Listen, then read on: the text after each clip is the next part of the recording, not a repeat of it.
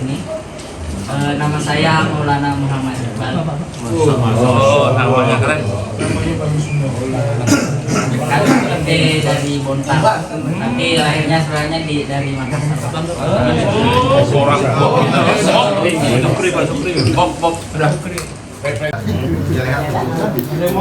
Bismillahirrahmanirrahim. Assalamualaikum warahmatullahi wabarakatuh. Semangat banget putra aja. Alhamdulillahi rabbil alamin. Alhamdulillahi wa kafa. Wassalatu wassalamu ala nabiyil mustafa Nabiyyina Muhammadin sallallahu alaihi wasallam wa ala alihi wa ashabihi ahli sidqi wal wafa. Subhanaka la ilma lana illa ma 'allamtana innaka antal alimul hakim. Rabbi shrah li sadri wa yassir li amri wahlul 'uqdatam min lisani yafqahu qawli. Allahumma 'allimna ma yanfa'una wanfa'na bima 'allamtana wa zidna 'ilma. Alhamdulillah, Bapak-bapak yang dirahmati oleh Allah Subhanahu wa taala, kita awali majelis kita ini dengan bersyukur pada Allah Subhanahu wa taala yang sampai detik ini kita masihlah diberikan kesempatan untuk menghirup udara segar di malam hari ini. Kita diberikan kesempatan lagi untuk saling tatap muka, berkumpul, bersapa. Sebagaimana yang telah pernah saya sampaikan, ma min muslimaini yaltaqiyani fayatasafahani illa ghufira lahuma qabla an yatafarraqa.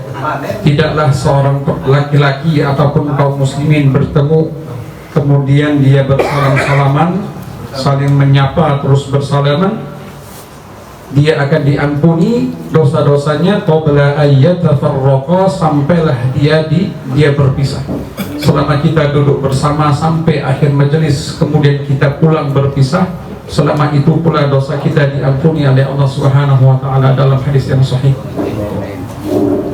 Salam kenal juga buat teman-teman yang baru datang ya. Mudah-mudahan betah ya, dan berkah ya. Kita di sini ini kan antara betah dan butuh, beda tipis. Seperti saya sudah 23 tahun dibilang betah butuh, dibilang butuh ya betah ya. Niatnya 5 tahun tapi tahu-tahu sudah 23 tahun. Bapak-bapak yang dimuliakan Allah Subhanahu wa taala,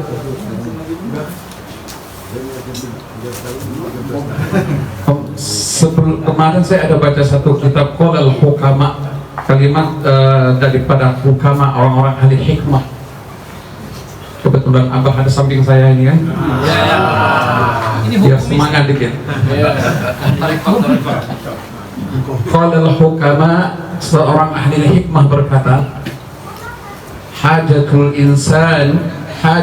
insani hajatan. Hajatnya manusia ini, terutama laki-laki, itu dua. Itu dalam kitab itu tertulis hajatul insan hajatan, dua hajat manusia itu dua ya, hajatul batni wa hajatul farj. Ini benar. Fa idza qadayahuma khasha'a. Hajat manusia, keinginan manusia ini terutama laki-laki itu dua. Hajatul batni, hajat perutnya kalau terpenuhi, kalau perutnya terisi, kalau perutnya kenyang, insya Allah separuh dari masalahnya selesai. Wa hajatul farji, itu hajat yang ada di bawah perut, bawah dikit. Fa'idha qadayahuma, kalau dua-duanya terpenuhi, kata ulama ahli hikmah ini ya, maka khasya'a, maka dia akan khusyuk.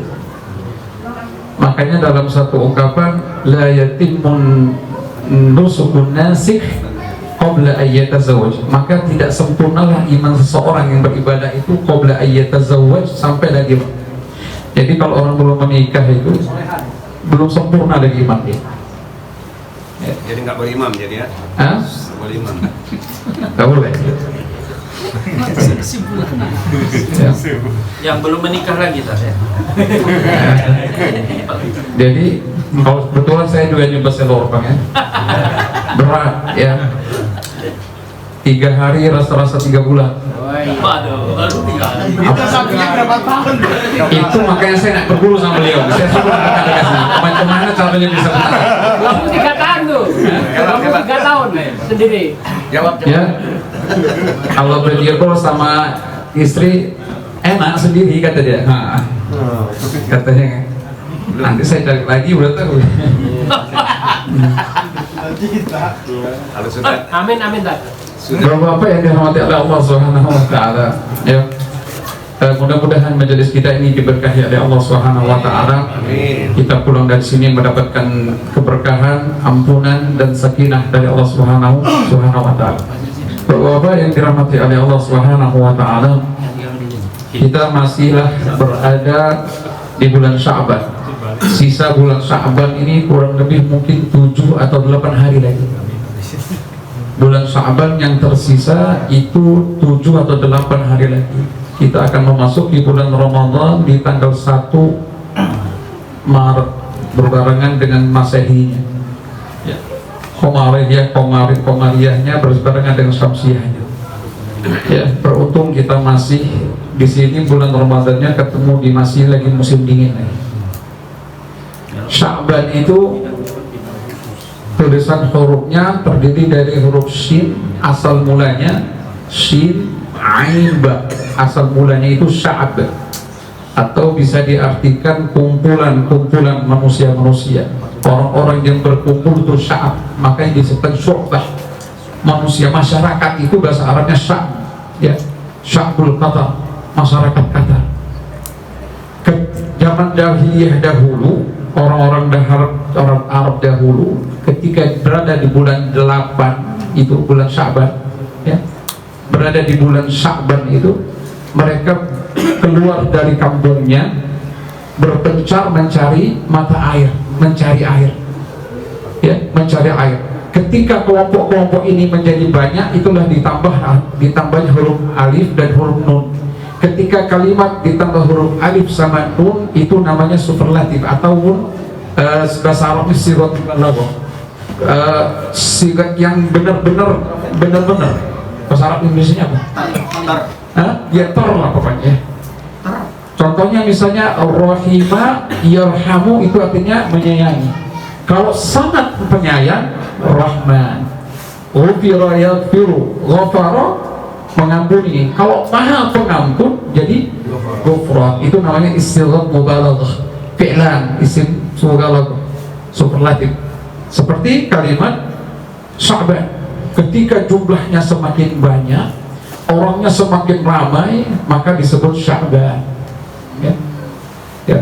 Pada waktu zaman jahiliyah dahulu, orang-orang Arab jahiliyah dahulu di bulan Sya'ban dia akan keluar berpencar, berkelompok-kelompok mencari persediaan air. Untuk apa? Untuk menghadapi musim kering yang ada setelahnya, yaitu dinamakan oleh mereka Ramadan. Asal mulanya Ramadan, Ramdah, asal mulanya Ramdah. Orang Arab bilang Ramdah itu kerikil yang terbakar panas, kalau diinjak itu melebihkan, itu Ramdah.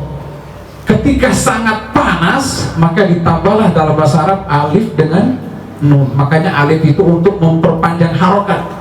Itu bedanya alif sama hamzah. Apa beda alif sama hamzah? Kalau hamzah menerima harokat, kalau alif itu memperpanjang harokat. Alif tidak ada gesi harokat, kalau ada harokatnya berarti itu hamzah. Makanya ketika panas itu sangat membara, di dalam bahasa Arab disebutnya apa? Ramadan. Ada alif, ada nun. Itu namanya silat mubalaghah, superlatif ter. Ya. Nah, itu di zaman jahiliyah sudah ada. Jadi mereka mempersiapkan bekal untuk musim kering, musim kemarau, panas membara setelah bulan Sya'ban.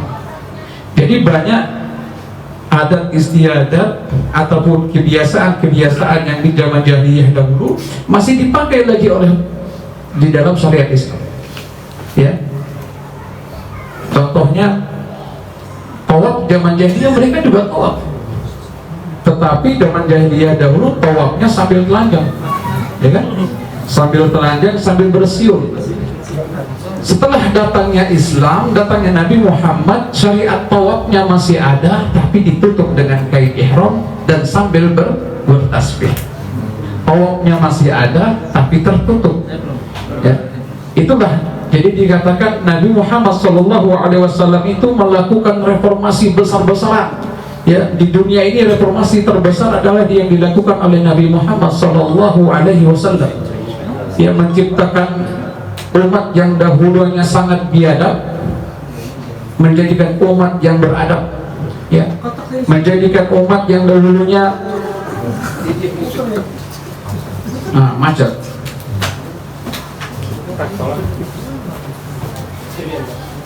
ya, umat yang dulunya sangat biadab, datang Nabi Muhammad diajarkan bagaimana umat ini menjadi beradab. Perkawinan yang sekarang ada di zaman sekarang ini syariat Islam itu di zaman jahiliyah juga ada. Tetapi di zaman jahiliyah itu dulu dikatakan oleh para ulama, orang nikah di zaman jahiliyah itu ada 4. Salah satunya yang seperti ini yang kita lakukan di syariat Islam zaman sekarang. Yang 3-nya lagi, kalau kita baca kita sejarahnya, kata para ulama, orang jahiliyah dulu sebelum datang Islam itu biasanya nikahnya gimana? Satu kelompok laki-laki dia akan menikahkan satu orang perempuan. Nanti perempuan itu melahirkan, emaknya itu yang nunjuk siapa bapak dia, mana yang dia siap itu yang dia tunjuk. Bahaya itu. Bahaya juga. Itu PKI itu. Zaman jahiliyah begitu. Atau juga ada, dan di India masih ada itu. Saya baca di berita, coba di India itu orang-orang yang sangat-sangat miskin di satu daerah, kakak beradik atau berapa orang itu dia nikah satu saja perempuan. Coba nggak dibaca di Google. Ya. Satu perempuan. Dan itu zaman jahiliyah. Banyak laki-laki. Enggak, dia saking miskinnya, jadi menikahkan satu perempuan aja. Itu pernikahan zaman jahiliyah. Tapi setelah datangnya Islam, mengajarkan syariat bagaimana nikah yang sesuai dengan tuntunan Islam yang tidak menodai kehormatan manusia. Itu reformasi besar-besaran yang dibuat oleh baginda Rasulullah Sallallahu Alaihi Wasallam. Bapak-bapak yang berkenan oleh Allah Subhanahu Wa Taala, ya. Di zaman sekarang, ya, yang saya sampaikan tadi, adat istiadat itu masih banyak yang kita lakukan selama dia tidak menyimpang dari ajaran Islam, itu masih dipakai. Ya. Jadi tidak serta-merta ketika kita melihat adat istiadat terus kita melarang, mengatakan bahwa itu tidak sesuai dengan ajaran Islam. Satu contoh, Rasul bersabda, "Man qala la ilaha illallah dakhala jannah." Abu Dzar bertanya, "Wa in zana wa in saraq?" Ya Rasul, bagaimana kalau dia zina dan dia mencuri? Apa kata Rasul? "Wa in zana wa in saraq." Sampai 3 kali Abu Dzar bertanya, "Wa in zana wa in saraq, wa in zana wa in saraq." Ya, sampai ke Rasulullah SAW, "Ya wa in zana wa in saraq." Selama dia mengatakan la ilaha illallah dakhala jannah. Ya. Tapi orang sekarang malah terbalik, ada orang yang bilang la ilaha illallah, la ilaha illallah masuk neraka, kata dia. Kan terbalik dengan apa yang disampaikan Rasul. Rasul bilang yang mengatakan la ilaha illallah dakhala jannah. Nah, ada orang yang tahan la ilaha illallah masuk neraka. Kemana? Ya. Rasul yang mengatakan masuk surga dia masuk. Bahkan kata Rasulullah SAW dalam kitab Ihya Ulumuddin disebutkan di situ, dan ini berdasarkan beberapa hadis Rasulullah SAW. Ada dua orang dipanggil oleh Allah Subhanahu Wa Taala. Ya, dipanggil oleh Allah Subhanahu Wa Taala. Dia sudah masuk neraka, dipanggil oleh Allah Subhanahu Wa Taala, keluar. Begitu keluar, ditanya oleh Allah Subhanahu Wa Taala, bagaimana neraka? Dia bilang asyarru makan, tempat paling jelek. Ya, ditanya bagaimana neraka? Allah tanya bagaimana kamu di neraka? Enak, yang bahasa kita gitu kan. Setelah ditanya oleh Allah Subhanahu wa taala, udah masuk lagi. Begitu Allah Subhanahu wa taala perintahkan dia udah masuk lagi. Orang yang pertama tadi, begitu Allah perintahkan dia masuk pergi, langsung lari terbirit-birit, secepat kira dia masuk lagi ke neraka. Allah panggil lagi, semangat tadi kamu masuk neraka. Bahasa kita kan, semangat. Ini dalam cerita di Ihya Ulumuddin. Semangat kali kamu masuk neraka. Apa jawabnya? Ya Allah, dulu waktu di dunia aku kapok ya Allah. Dulu waktu di dunia Engkau perintahkan aku sholat, aku lelet. Engkau perintahkan zakat, aku malas. Orang panggil azan, aku tidak datang. Ya, orang suruh sedekah, tidak mau datang. Suruh kebaikan ini tidak mau. Suruh ngaji tidak mau. Ya, pergi ke majelis ilmu tidak mau. Aku kapok ya Allah, takut karena itu aku masuk neraka. Apa kata Allah? Udah masuk surga. Allah. Ini cerita nyata dalam hadis banyak diceritakan. Ada orang yang tidak mengamalkan amalan, nanti ada yang saya sebutkan. Itu yang pertama tadi. Dia bilang, ya Allah, kenapa kamu buru-buru? Aku takut karena dulu aku lelet, sekarang aku tidak mau takut lagi. Tidak mau lelet ya Allah. Langsung masuk. Tak masuk surga. Masuk ke surga. Yang kedua kata Allah, disuruh lagi dia masuk neraka. Telinga kata dalam kitab itu, Imam Ghazali katakan, telinga tengok. Apa kata dia? Allah bertanya, nah kamu ngapa? Aku suruh masuk, tidak masuk. Ya Allah, aku tidak menyangka ketika Engkau panggil aku keluar, kirain aku disuruh masuk surga. Ya kan? Aku tidak menyangka kalau Engkau menyuruh aku masuk lagi kembali ke neraka. Apa kata Allah Subhanahu wa taala? Ya udah masuk surga. Apa karena dia khususan kepada Allah Subhanahu wa taala, khususan Allah manggil dia dari dalam neraka tadi untuk masukkan dia ke surga. Karena khususannya dia kepada Allah, Allah masukkan dia ke surga. Itu dalam hadis tadi disebutkan, ketika seorang akan meninggal, dia wasiatkan kepada keluarganya, kalau aku mati, tolong bakar jasadku. Satu buang ke udara, satu buang ke laut, satu buang ke darat. Hadis yang sahih. Setelah dia mati, meninggal, dibuatlah apa yang dia suruh, dibagi-bagi abunya, ya, dibagi-bagi.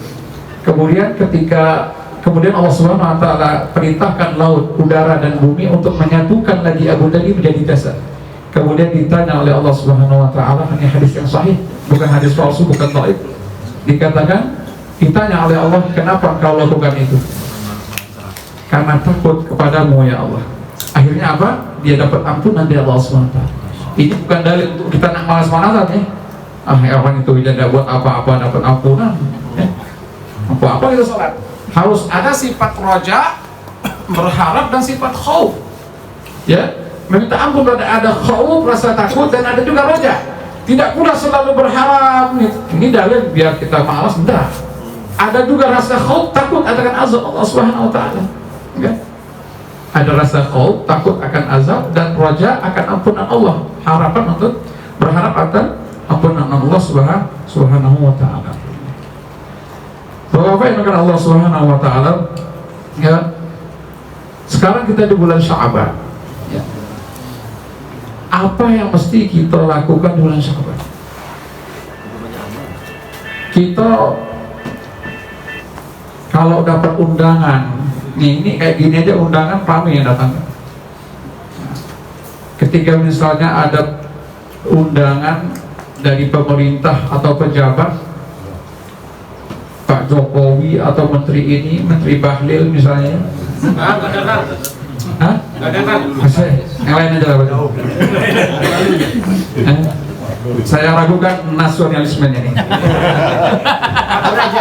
Kapor aja.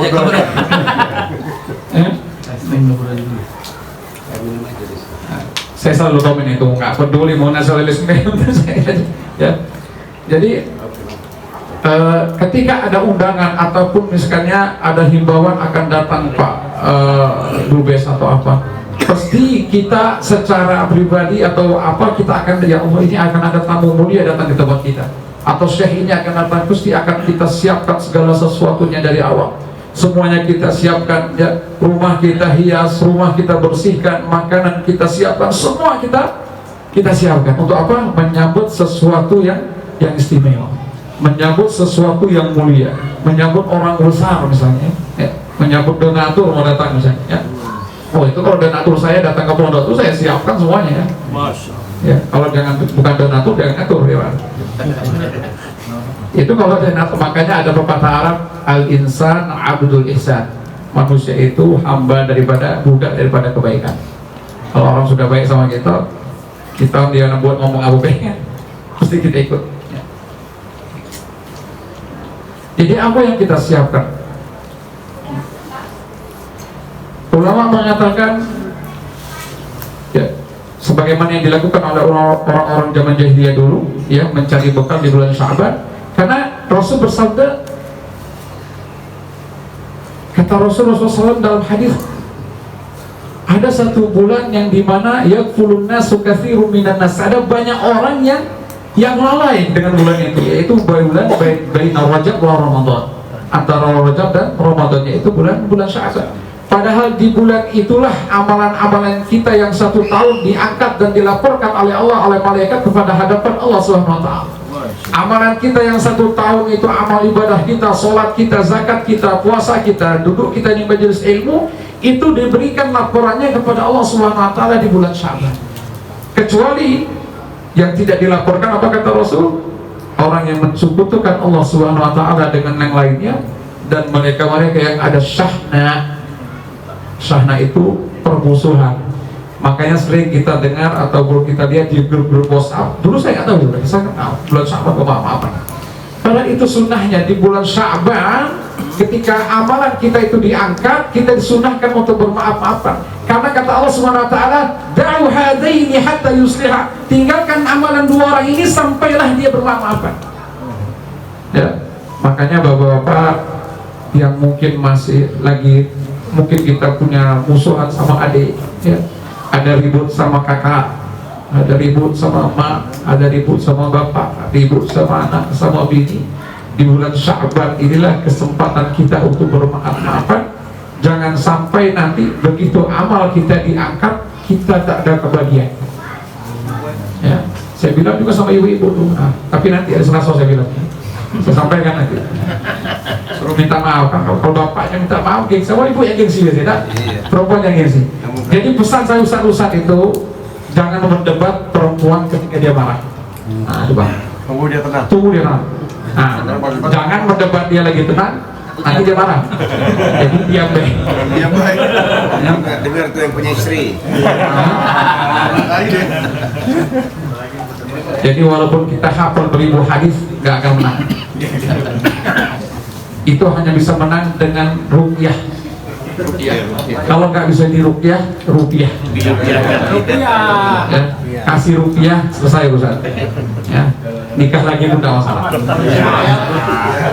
Ada ibu-ibu pengajian itu bilang ke saya, Pak, saya akan dikasih 20 juta, 30 juta, dia mau nikah lagi. Maaf ya, per hari.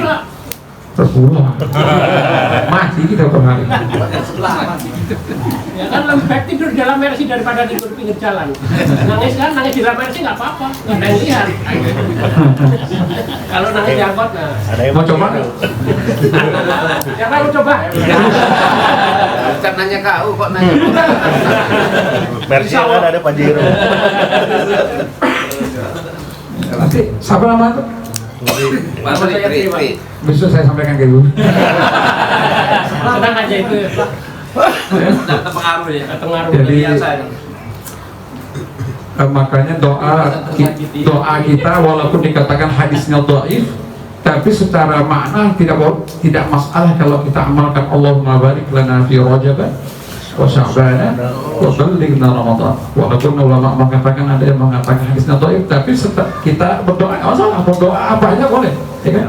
Kita berharap kita disampaikan oleh Allah Subhanahu wa ta'ala sampai bulan Ramadan.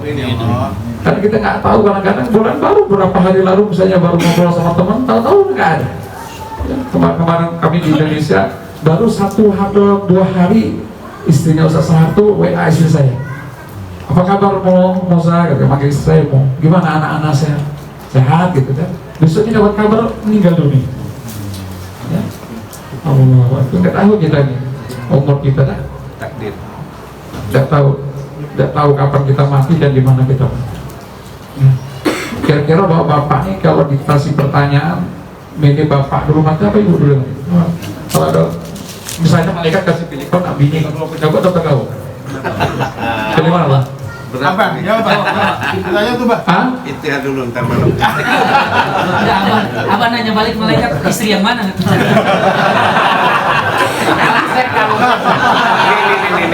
Ini. Ini dia suka bener loh. Kualat tadi Apa, Pak? aja ini. Ya Allah, kalau memang dia bukan jodohku, ambillah engkau dia untukmu gitu ya. Kalau ibu-ibunya ditanya pasti dia bilang bapaknya aja duluan. Janganlah satu cukup kan. Mumet 2. Apalagi 3. Ya yuk ya, pengalaman lagi. Lempar orang. Pengalaman kacang Salah duduk yuk. Ini kenapa bertiga kita di sini? Legend itu legend tuh foto. Bapak-bapak yang diberkahi oleh Allah Subhanahu wa taala. Ya. Jadi ampunan Allah Subhanahu wa taala itu maha luas. Ada orang yang memberi minum anjing saja walaupun dia orang maksiat, akhirnya diampuni oleh Allah Subhanahu wa taala. Jadi perbuatan baik itu gampang aja sebenarnya. Kita duduk di majelis ilmu seperti ini, diampuni dosa kita. Setiap langkah kaki kita diberikan ampunan oleh Allah Subhanahu wa taala. Dihitung jihad di jalan Allah Subhanahu wa taala. Man kharaja min baitihi li talabil ilmi fa huwa fi sabilillah. Barang siapa yang keluar dari rumahnya meniat menuntut ilmu, dia fi sabilillah. Oke. Jadi apa yang kata ulama mengatakan bagaimana apa yang harus kita siapkan di bulan Sya'ban? Karena apa? Agar kita ini, diri kita, ruh kita, jasad kita itu bisa langsung beradaptasi ketika ada di bulan Ramadan. Kalau orang yang tidak terbiasa membiasakan dirinya beramal ibadah di bulan Sya'ban, puasa tidak dibiasakan di bulan Sya'ban, ya, biasanya itu Ramadannya lemes, ya. Jangankan diangkat tangan juga yang jatuh sendiri, ya. Puasanya kalau nggak kerja tidur, ya. Dari subuh bangunnya zuhur, sholat, tidur lagi, asar, tidur lagi, bangun-bangun beduk maghrib, ya. Puasanya cuma beberapa jam. Tapi kalau seandainya kita menguatkan fondasinya di bulan Sya'ban ini, insya Allah di bulan Ramadan pun kita akan tetap semangat, ya. Makanya kata para ulama, fondasi yang pertama yang dikuatkan oleh kita itu adalah fondasi rohaniyah, kekuatan iman, kekuatan iman, ketakwaan kita itu kita tingkatkan di bulan Sya'ban untuk menghadapi bulan yang penuh ampunan, bulan yang penuh maghfirah, ya. Pintu surga dibuka, pintu neraka ditutup. Jangan sampai kita termasuk golongan orang-orang yang setelah lewat bulan Ramadan dan tughfar lahu, dan tidak diampuni dosa-dosanya. Celakalah orang-orang yang menemui bulan Ramadan tetapi tidak mendapat ampunan dari Allah Subhanahu wa taala. Itu kata para ulama, yang pertama adalah kita kuatkan, yang perlu kita siapkan adalah rohiyah, ya. Apa yang kita rasakan rohiyah? Ketakwaan dan keimanan. Dengan apa? Yang pertama taubat, ya, taubat. Puasa-puasa yang belum dibayar itu dibayar. Jangan sampai lewat lagi Ramadan belum dibayar. Nanti akan kita bahas waktu nanti ada 9 orang yang tidak wajib untuk puasa, ya kan? Ada 9. Ya, kita yang masih ada utang puasa nih, bagaimana cara bayarnya? Kalau sampai lewat bulan Ramadan sampai ke Ramadan berikutnya gimana bayarnya? Ada yang uzur karena haid, nifas atau Musafir.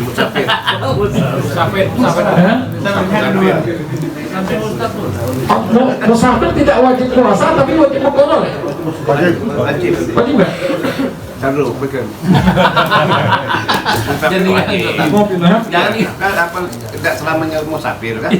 Kalau sampai lewat bulan ini, ketemu bulan Ramadan belum berqada puasanya yang dulu, macam mana nak qada? Ada satu cerita, ustazah ini orang yang solehah, yang hafal Quran, tapi selama puluhan tahun gak pernah puasa. Punya anak terus. Ya. Yang dengar ini musafir. Katanya umur sampai umur 45 tahun Musafir. gak ada, gak pernah puasa. katanya sejak dia ada nikah, tahun berikutnya dia nikah langsung hamil, tahun besoknya menyusui, tahun besoknya lagi hamil, terus menyusui sampai 16 kali. Lambingnya yang salah. Ganas banget. Anaknya 16. Jadi selama melahirkan dan menyusui 16 anak itu dia tidak pernah puasa, tidak sempat lagi nak kodok. Nah, cemana kodok sebab? Nanti suaminya Masuk Suaminya dosa. suaminya langsung nukar loh.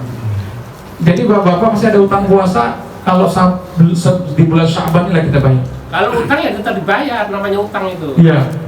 Ini yang menyinggung siapa nih?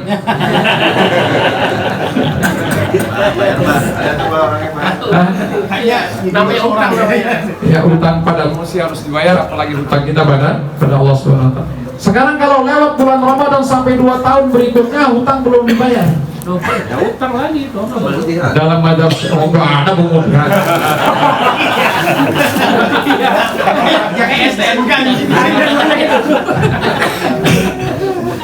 Emang sama gitu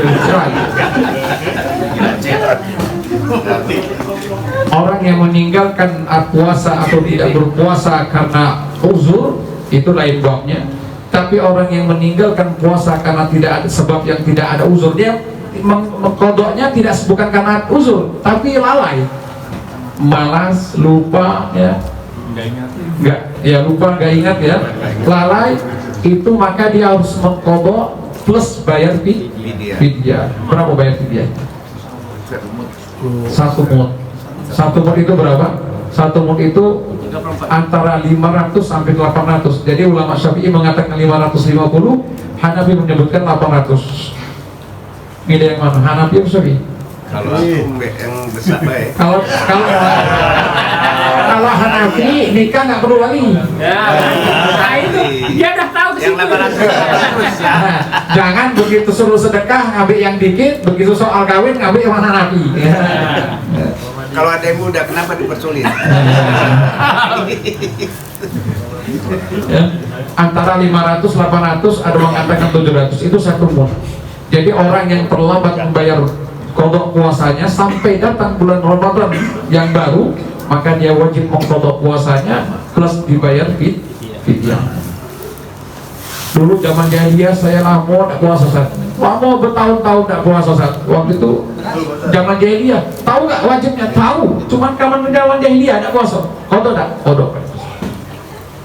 Caranya macam mana? Puasa Senin Kamis niatkan mengkodok, dapat pahala Senin Kamisnya, dapat pahala kodok. Jangan niat puasa Senin terus kodok, enggak. Niatnya mengkodok dan Senin terus. Jadi ya masih ada sisa puasa, sekarang masih ada sisa 7 hari dibayar. Dan bininya kesihani, tolong kasih jeda biar dia bisa membayar puasanya. Harus sikat terus. Udah terlanjur gimana? Tapi salah juga sih. Kenapa nggak mau diduakan gitu kan? Harusnya harus serah atau dia dua dah. Nanti saya bilang istri saya gitu.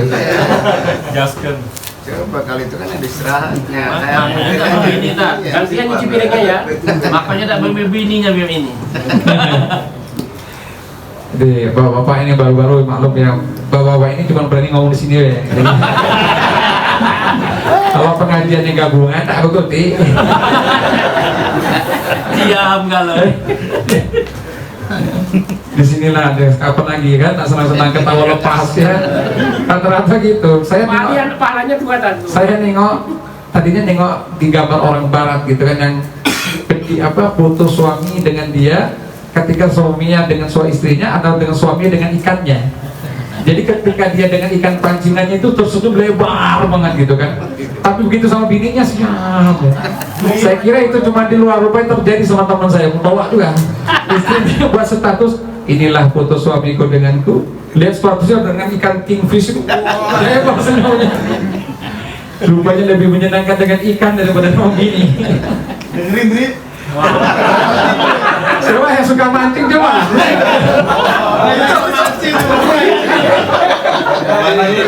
Coba perhatikan waktu fotonya dengan bininya atau dengan pancingnya? Mesti lebih happy dengan pancingnya. Kemarin kelihatan tuh. Masya Allah. Pancing menggigil. Siap pengorbanan istri itu, Masya Allah. Hobi. Bahagia keluar dari rumah. Jadi perempuan itu sifat cemburunya itu bahkan istri Nabi Ibrahim alaihissalam. Ya, Nabi Ibrahim itu kan terkenal cerdas ya. Makanya dikatakan dia pernah berbohong 3 kali, tapi bukan berbohong seperti itu ya. Ketika ya anta fa'alta hadza ya bi alihatina ya Ibrahim, apakah engkau yang menghancurkan berhala-berhala kami ya Ibrahim? Qala bal fa'alahu kabiruhum hadza fas'aluhum in kanu yaqulun. Itu kapak ditaruh di yang gede, terus dia bilang bal fa'alahu kabiruhum hadza fas'aluhum in kanu yaqulun. Yang buat ini yang besar itu, fas'aluhum, tanya dia in kanu yaqulun, kalau dia bisa ngomong. Kalau bisa ngomong maksudnya gitu kan. Nah, ketika Nabi Ibrahim ini disuruh oleh Siti Sarah untuk menikah lagi karena Sarah nggak bisa memberi keturunan. Makanya dalam syariat ketika seorang istri nggak bisa ngasih keturunan, itu dia harus menyuruh suami kawin lagi. Kan babon. Ketika pertama Sarah ini setuju dengan Hajar, senang. Tetapi ketika Hajar punya anak, mulailah rasa cemburu itu datang. Apakah ini dalam kitab sejarah banyak dituliskan? Apa kata si Sarah? Bilang ke Nabi Ibrahim, aku pokoknya mau itu Hajar dilukai. Itu istri Nabi, bah. Tindih hidungnya. Akhirnya apa? Apa yang dilukai oleh Nabi Ibrahim? Ditindik ya telinga Siti Hajar. Yang penting dilukai kan. Padahal ditindik kasih anting-anting malah tambah cantik. Tapi kan sudah terpenuhi keinginan dia, suruh melukai Siti Hajar, ditindik lah ke pinggangnya, kasih anting-anting. Tambah Pak Ayu. Oh, itu sejarahnya. Iya. Ada sananya juga kalau perempuan itu kan sananya ada itu. Itu sanad. Jadi ilmu kan ada sanad. Kayak tadi itu ijazah juga, yang tadi orang disuruh masuk neraka terus dia seneng lagi itu ijazah juga. Jadi nanti kalau ada yang masuk neraka disuruh Allah masuk, langsung lari aja, siapa tahu dipanggil lagi kan. Kalau dipanggil kan, kalau nggak dipanggil ngaho ya kan. Lantak kau ya. Kalau dipanggil, tapi jangan berharap pula ya. Nah, itu kalau seandainya ya. Kata Ustaz John. Kalau seandainya seperti itu, Bukan nama Ustaz, kata Ustaz tuh gini gitu kan. Biarkan dunia. Insyaallah. Maaf ya musuh kita. Ayo. Yang pertama ya tadi ruhiyah kita siapkan, kita minta ampun pada Allah Subhanahu Wa Taala, bermaaf-maafan sesama kita, teman, keluarga, istri yang paling dekat sama istri. Saya kalau nggak ngomong sama walaupun nggak salah ya, benar-benar nggak salah ya. Tapi kalau sudah 3 hari nggak ngobrol sampai istri itu butek kemana-mana. Udah nggak bisa saya. Mau nggak mau ya udah ya. Alah. Nanti itu istri sampai tutup bantal. Tapi kesini. Rasa lah ya kan. Nggak bisa. Asli tuh. Hah? Asli. Iya. Pelannya itu. 3 hari nggak obrolan itu baru nggak ngobrol 3 hari pak. Oh, coba kamu tuh gimana? Mamanya mau tahu dah. Ya? Dengar kau. Tembok. Balik salah-salah. Samping pokoknya. Biciin tadi tolong forward. Ya, oke. Itu yang pertama. Jadi sekalian kita maaf-maafan sama keluarga, sama adik, sama mama. Ada yang nggak sama mertua, ada yang nggak tegur-teguran sama mertua. Ada kawan saya cerita, mamanya tuh sehat, tapi kan ketika ada istrinya tuh langsung pura-pura sakit gitu. Banyak yang nggak aku sama mertua banyak. Kalau saya sama mertua suka bercanda. Bu, kalau saya kita pakai malam, bu, istri muda saya mau ngomong gitu kan. Ibu mertua, ini memang masih muda, 12 tahun nggak beda sama saya. Oke. Yang kedua, kata para ulama, Yang kedua itu tadi, yang masih muda. itu yang istri kedua ya.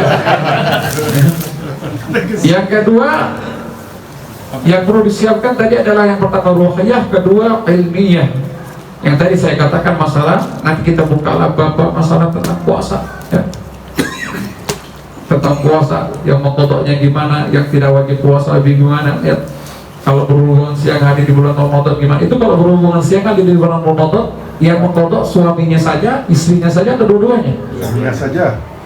Kalau yang maksa suaminya, Sama. Pak Ali gimana? nanti sihro dong. Udah nggak ada apa berdua tanya. Salah nanya orang. Oke, dan itu namanya ilmiah.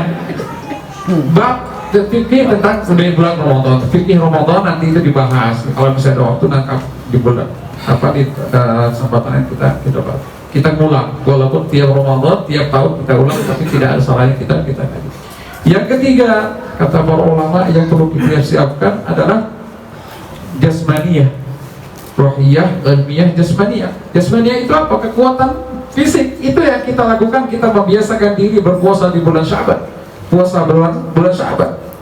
Kata Rasul itu tidaklah berpuasa yang penuh selain di bulan Ramadan kecuali bulan Sya'ban. Tidaklah Rasul banyak puasa selain di bulan Ramadan, yaitu di bulan Sya'ban. Rasul itu paling banyak puasa di bulan Sya'ban. Di bulan Sya'ban. Sampai dikatakan Rasul itu hampir tidak berbuka di bulan Sya'ban. Saking banyaknya Rasul puasa. Untuk apa? Melatih fisik jasmani kita untuk menghadapi bulan Ramadan. Dan yang keempat, kata para ulama, yang perlu kita siapkan setelah rohiyah, ilmiyah, jasadiyah, yaitu maliyah, harta. Untuk apa? Bukan untuk beli makan, untuk kita butuh. Kata Rasulullah SAW dalam hadis Aisyah radhiyallahu anhu, Rasul itu kana ajwadun nas mimma yakun. Rasul itu ketika bulan Ramadan menjadi orang yang paling dermawan, yang bersedekah sebanyak-banyaknya. Ya. Di bulan Ramadan itu kesempatan Rasulullah SAW memberikan sedekah kepada orang-orang. Kesempatan kita di bulan Ramadan, bulan yang penuh ampunan. Mungkin di bulan-bulan lain kita belum sempat bersedekah. Di bulan Ramadan inilah kesempatan kita untuk memperbanyak sedekah. Apalagi di bulan Ramadan biasanya banyak ini bonus. Ya, Kalau DKT di Indonesia. Dapat bonus Ramadan atau apa, sisihkan gaji kita itu untuk bersedekah. Kalau perlu kita bikin paket-paket di Indonesia, kita berikan paket-paket isi gula, isi ini, isi itu, satu kotak, kasihkan ke paket miskin. Kita berikan kepada fakir miskin di bulan Ramadan. Ya. Itu diusahakan kita buat di bulan Ramadan. Ya. Gak ada apa-apanya, 1 juta 2 juta itu gak ada apa-apanya. Kecil itu. Karena apa? Rasulullah Shallallahu Alaihi Wasallam bersabda, "La tazalu qadama 'abdin yaumul qiyamah hatta yus'ala an arba." Tidak akan bergerak kaki seorang hamba di hari kiamat kecuali dia ditanya tentang 4 perkara. Ya. An umrihi fima afnah, kepada ditanya tentang umurnya kemana dia habiskan.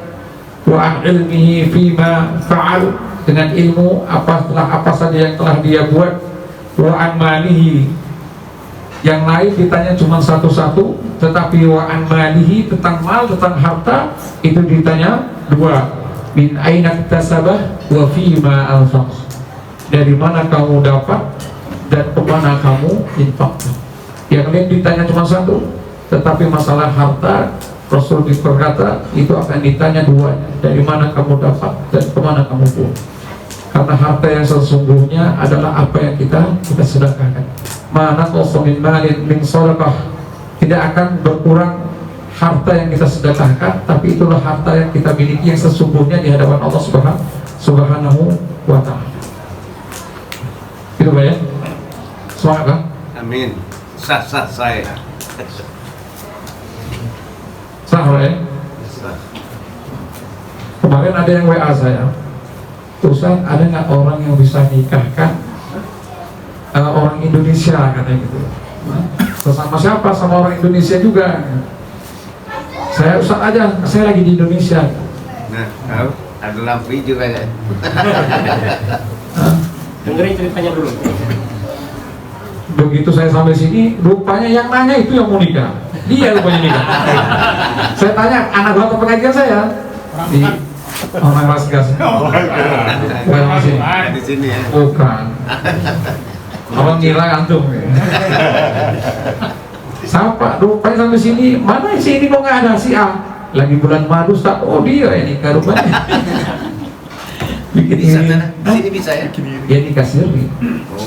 datang dari Indonesia ke sini nikahkan, ada ustaz yang nikahkan, panggil telepon video call sama walinya. Nah itu pengalaman Anak tuh. ping. Wali lah. Saya memang tahu namanya taukil, itu taukil. Tapi juga jelas orangnya. Kalau nikah sama orang yang di sini, itu sama orang yang jelas, Pak. Kalau nikah sama yang di sini, kebanyakan jalan-jalan PT, Pak, tidak jelas. Mana udah Anwari?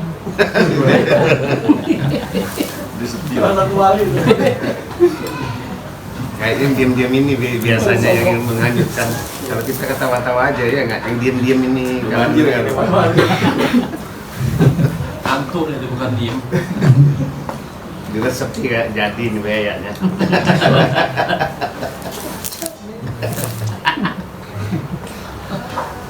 Oke.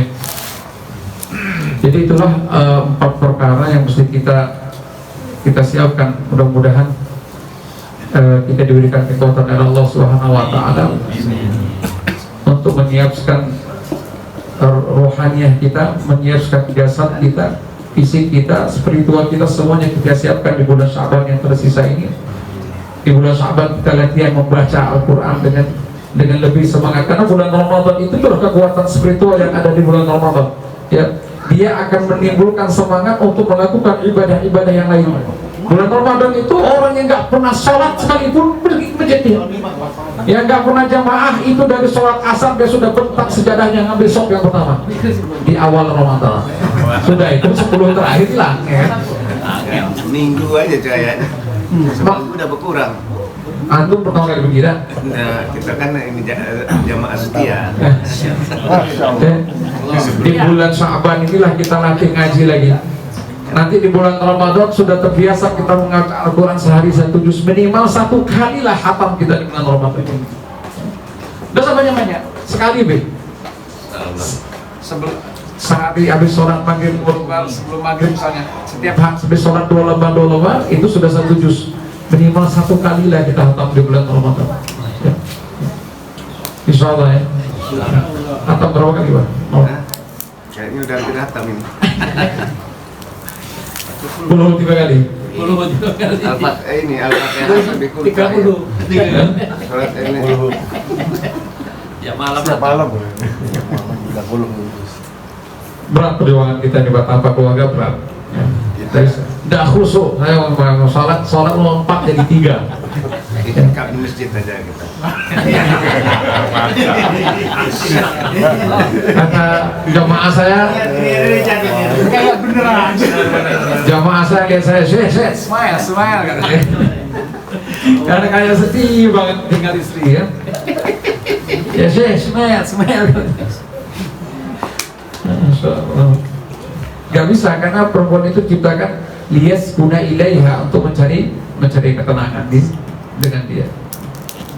Temen jenggung. Itu saya nih saya.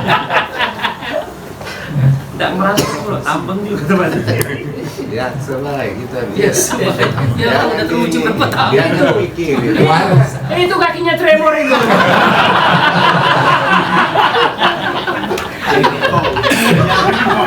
Biasa kalau pengajian aku di sebelah sana lah. Masya Allah. Jadi dibawa senang aja.